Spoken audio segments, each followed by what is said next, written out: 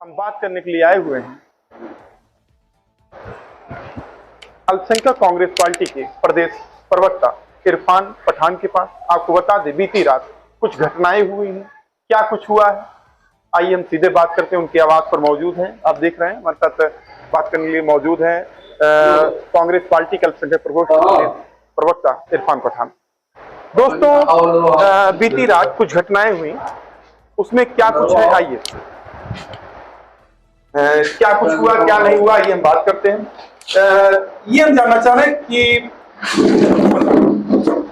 दोस्तों हम पहुंच चुके हैं इरफान पठान पर। रात में क्या है पूरा मामला, पुलिस के द्वारा क्या है पूरा मामला? रात में अचानक मेरे दरवाजे पे, जैसा मेरी बहन जो नीचे रहती हैं और मेरी वाइफ और बच्चे ऊपर रहते हैं, तो अचानक बहुत जोर जोर से ऐसा लग रहा था कि कोई मतलब बहुत बड़ी लकड़ी से प्रहार कर रहा है, खोलो दरवाजा है। तो मेरी बहन, घटना ये तकरीबन 3, 3:30 से 4 के बीच की है।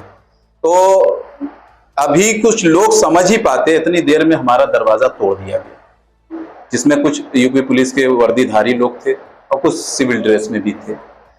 तोड़ करके घर में घुसे, महिलाओं के साथ अभद्रता की गई, मतलब बच्चों तक को नहीं बख्शा गया। बच्चों तक को, जिनके एग्जाम चल रहे हैं, वो हमारे बच्चे इतने बड़े ट्रॉमा में जा चुके हैं कि उनसे भी बदतमीजी की प्रशासन के अधिकारियों ने। उन्होंने ये भी नहीं सोचा कि ये बच्चे हैं, इनसे ये सब नहीं बात करनी चाहिए। और वो लगातार मतलब जो है लोगों के मोबाइल ले लेना, सीसीटीवी लगा हुआ तो उसका सारा सिस्टम उखाड़ लेना, लेके चले जाना। फिर यही इतने पे ये नहीं रुके, अलमारी तोड़ना, लॉकर तोड़ देना और तमाम सामान की उथल पुथल कर देना, जिसमें से बहुत सारे सामान हमारे जेवरात को लेकर के गायब भी हैं। अब मसला ये है कि यहाँ करने के बाद तांडो ये लोग मस्जिद, क्योंकि हमारे घर से चंद कदम की दूरी पे मस्जिद है, वहां भी सीसीटीवी लगी हुई है। वहां मस्जिद के मुअज्जिन को गाली दे करके नीचे बुला लेना मस्जिद से, और उस जबरदस्ती जबरन दरवाजा तोड़ करके कि सीसीटीवी का वो निकाल करके कह रहे हैं दो, नहीं तो तोड़ करके निकाल ले जाएंगे। और वो बेचारा डर गया, वो आदमी, वो मुअज्जिन जो अजान देता है।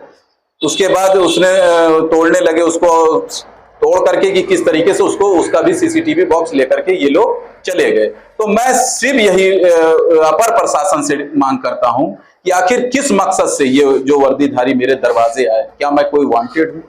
क्या मैंने कोई अपराध किया है, जघन्य अपराध में इन्वॉल्व हूं?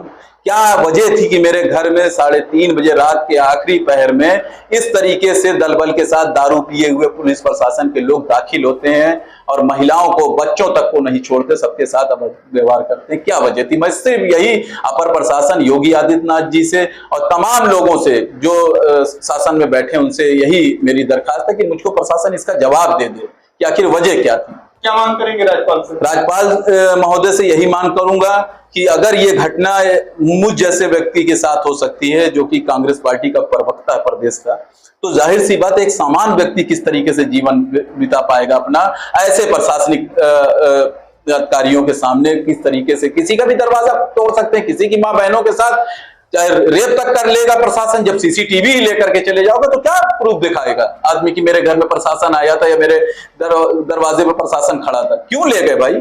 चोर की दाढ़ी में तिनका था तब तो आप सीसीटीवी फुटेज उखाड़ ले गए, वो सेटअप बॉक्स निकाल ले गए। आखिर वजह क्या थी? कोई वजह होगी ना, सीसीटीवी ले जाने क्या जरूरत थी प्रशासन को? और रात में तीसरे बजे, जबकि मेरी शासन प्रशासन से लगातार मैं टच में बना रहता हूँ, चाहे कोतवाल महोदय हो, चाहे अलीगंज हो, सबसे टच में बना रहता हूँ। अगर मैं कहीं भी मेरा इन्वॉल्वमेंट दिख रहा था तो आप मुझको बुलाते दिन के, तो मैं दिन में ना पहुंचता आपके पास, तब कहते। रात में आने का क्या मकसद था? क्या मेरा एनकाउंटर की प्लानिंग किए हुए थे?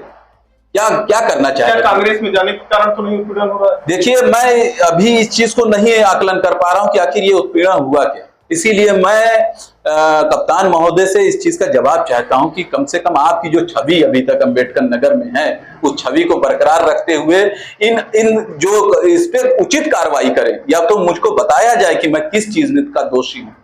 इस पे उचित कार्रवाई होनी चाहिए, नहीं तो एक साधारण मनुष्य कैसे जिंदगी अंबेडकर नगर में व्यतीत करेगा? आखिर होगा क्या? दोस्तों, कांग्रेस पार्टी के प्रवक्ता अल्पसंख्यक इरफान पठान हमारे साथ बात करते थे। दोस्तों आपको बता दें कि बीती रात इनका आरोप है कि कुछ शादी वर्दी, कुछ वर्दी में इनके दरवाजे आए, दरवाजे को पीटने पर, जब दरवाजा न खोलने पर दरवाजे तोड़ दिए, घर में दाखिल हुए, घर में तोड़फोड़ की गई।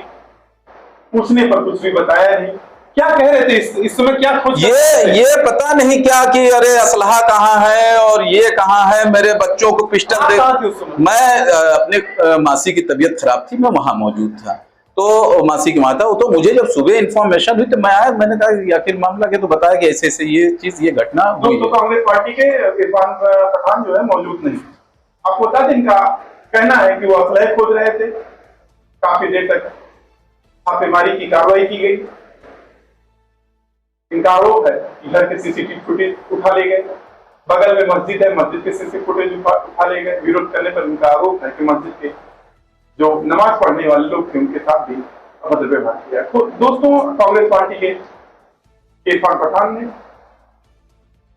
यूपी के राज्यपाल से मांग की है, अगर कोई घटना थी, कोई हमसे कोई मतलब था तो फोन कर लेते तो हम चले जाते।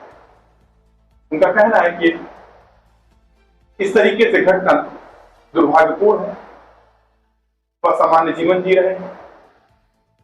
दोस्तों, यह जांच का विषय है। हाईकोर्ट और सुप्रीम कोर्ट भी इस तरीके की छापेमारी को अनुमति नहीं देता है। आपको बता दें, किसी के यहाँ छापेमारी होने से पहले नोटिस देना अनिवार्य है, लेकिन ऐसा नहीं। कहीं ना कहीं यह जांच का विषय है। कांग्रेस पार्टी ने सवाल खड़े किए हैं, उन्होंने मांग की है इसकी जांच की जाए, जो भी दोषी उस पर कार्रवाई की जाए। Srivastava, TV7 news America. दोस्तों, ये वीडियो अच्छी लगी है तो शेयर करें, आपका कमेंट अमूल्य होगा, आपका सहयोग अमूल्य होगा। नमस्कार।